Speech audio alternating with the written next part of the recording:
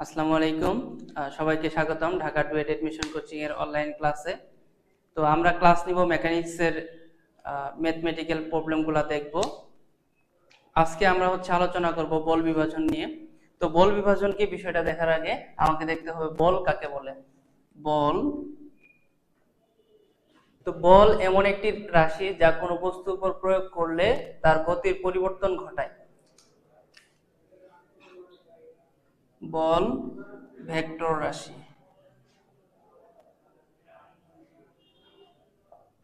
একে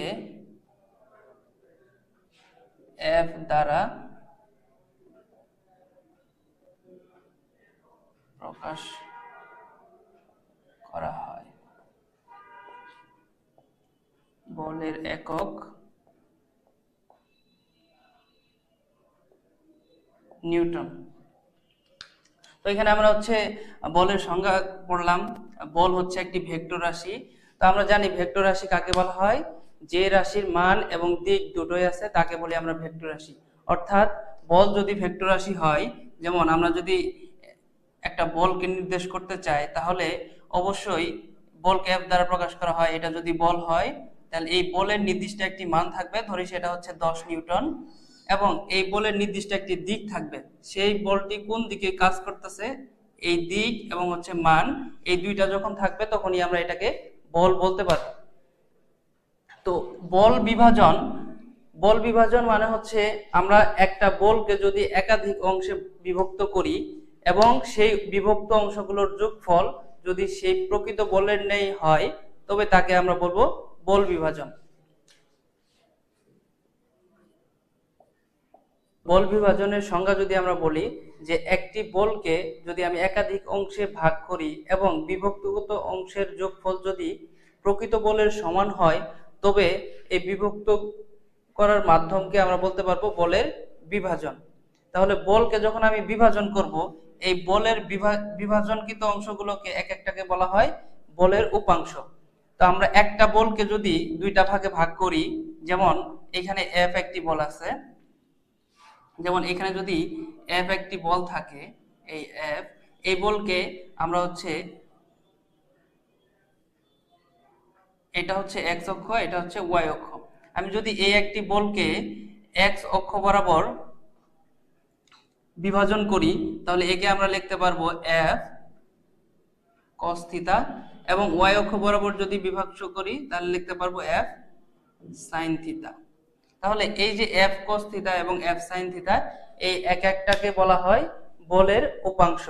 যদি আমি বলি এক্স বল, এই এফ বলের এক্স উপাংশ হচ্ছে এফ কস থিটা এবং এই এফ বলের ওয়াই উপাংশ হচ্ছে এফ সাইন থিটা, এবং এই এফ কস থিটা ও এফ সাইন থিটা এই দুইটাকে যদি আমরা যোগ করি তাহলে আমরা এই প্রকৃত বল এফ এর মান পাবো।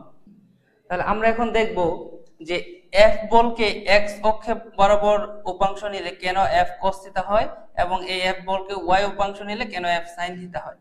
আমরা জানি যে স্থানাঙ্কের ক্ষেত্রে এটাকে আমরা ধরি এক্স অক্ষ এবং এটাকে ধরি আমরা ওয়াই অক্ষ।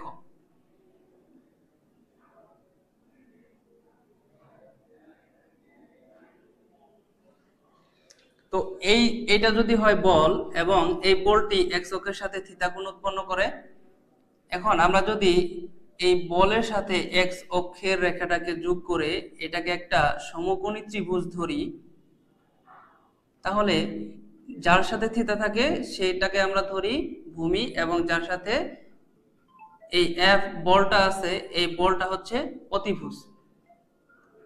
তাহলে এক্স অক্ষটা হচ্ছে ভূমি এবং বলটা হচ্ছে অতিভুজ, মাঝখানে হচ্ছে থিটা। তো আমরা জানি যে ভূমি এবং আমরা যদি এই এফ বলকে অতিভুজ, এক্স কে ভূমি ধরি, তাহলে এই সমকোণের জন্য অতিভুজ এবং ভূমির মধ্যে সম্পর্ক হচ্ছে cos থিটা। cos থিটা আমরা জানি যে ভূমি বাই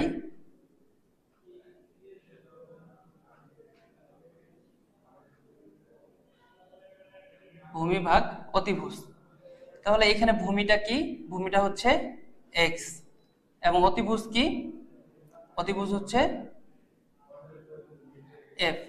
তাহলে আমরা যদি লিখি x equal to F cos theta, তো সেইখান থেকে আমরা জানি যে আমরা যদি এই এফ বল যা অতিভুজ আকারে আছে তাকে যদি আমরা কনভার্ট করে এক্স বরাবর নিয়ে আসি অর্থাৎ ভূমিতে নিয়ে আসি, তাহলে আমার মানটা দাঁড়াবে এফ কোস থিটা।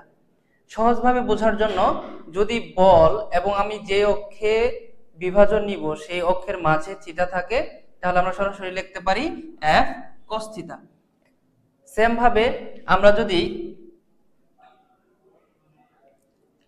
যদি এই বলের সাথে একটি রেখা টানি, তাহলে এটা হচ্ছে একটা সমকোণী ত্রিভুজ, এটা হচ্ছে অতিভুজ এবং এটা হচ্ছে ভূমি। আর এটা যদি থিতা হয়, তাহলে এটা যদি থিতা হয় তাহলে এটা হবে কি 90 মাইনাস থিটা, 90 মাইনাস থিটা। তাহলে আমরা এখন অতিভুজ এবং হচ্ছে ভূমি এই দুইটার মাঝে কাজ করব। তাহলে আবার সেই আমরা জানি cos, এখন থিটা আছে 90 মাইনাস থিটা ইকুয়াল টু ভূমি বাই অতিভুজ।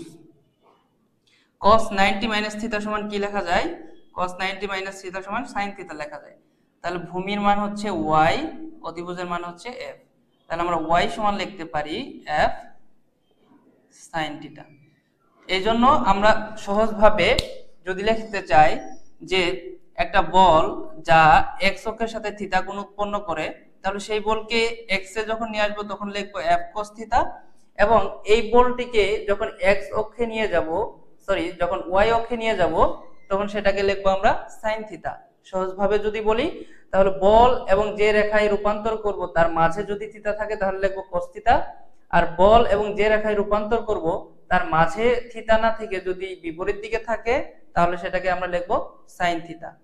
এবং এই f cos থিটা এবং f sin থিটা এইগুলাকে বলা হয় বলের উপাংশ। আমাকে যদি বলা হয় x উপাংশ তাহলে আমি বলবো f cos থিটা, আর যদি বলা হয় y উপাংশ তাহলে আমরা এটাকে বলবো f sin থিটা। তো এখন আমরা আলোচনা করব লব্ধি বল। তো লব্ধি বলটা কি?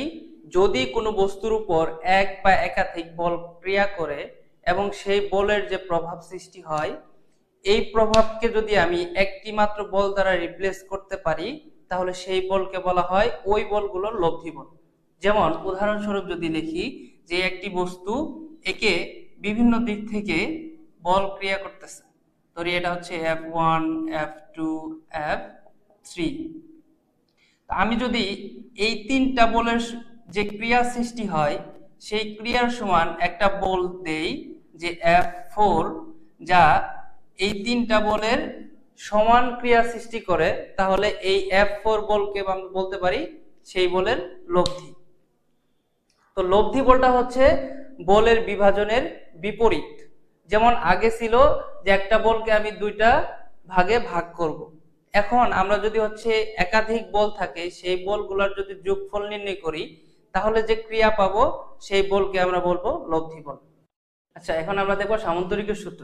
তো সামান্তরিকের সূত্র হলো যদি কোনো বিন্দুতে একই সময়ে দুটি ভেক্টর রাশি মান ও দিক একটি সামান্তরিকের দুটি সন্নিহিত বাহুর মান ও দিকের সাথে মিলে যায়, তাহলে ওই বিন্দু থেকে অঙ্কিত সামান্তরিকের কর্ণই ওই দুটি বলের লব্ধি বলের দিক এবং মান নির্দেশ করে। তো সামান্তরিকের সূত্রের সংজ্ঞা হতে আমরা এই চিত্র আঁকতে পারি যে যদি দুটি বল P এবং Q একটা সামান্তরিকের দুটি সন্নিহিত বাহু দ্বারা নির্দেশিত হয়, তবে এই সামান্তরিকের কর্ণ আর এদের লব্ধি নির্দেশ করে।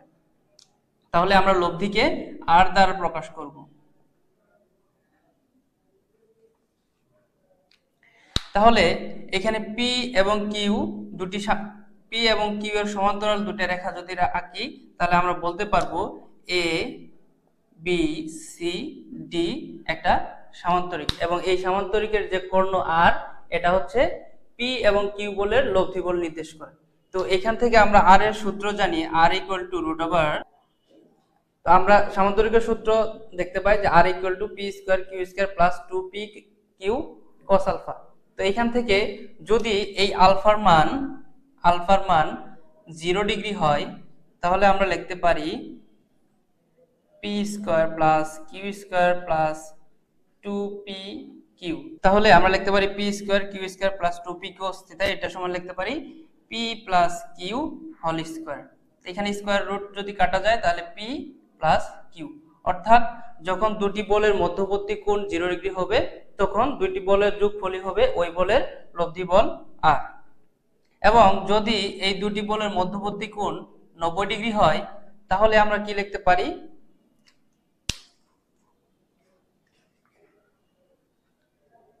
যদি এই আলফার মান 90 ডিগ্রি হয় তাহলে আমরা লিখতে পারি p square plus q square plus 0, কারণ cos alpha cos 90 degree equal to 0, তাহলে এই পুরোটা 0 হয়ে যাবে।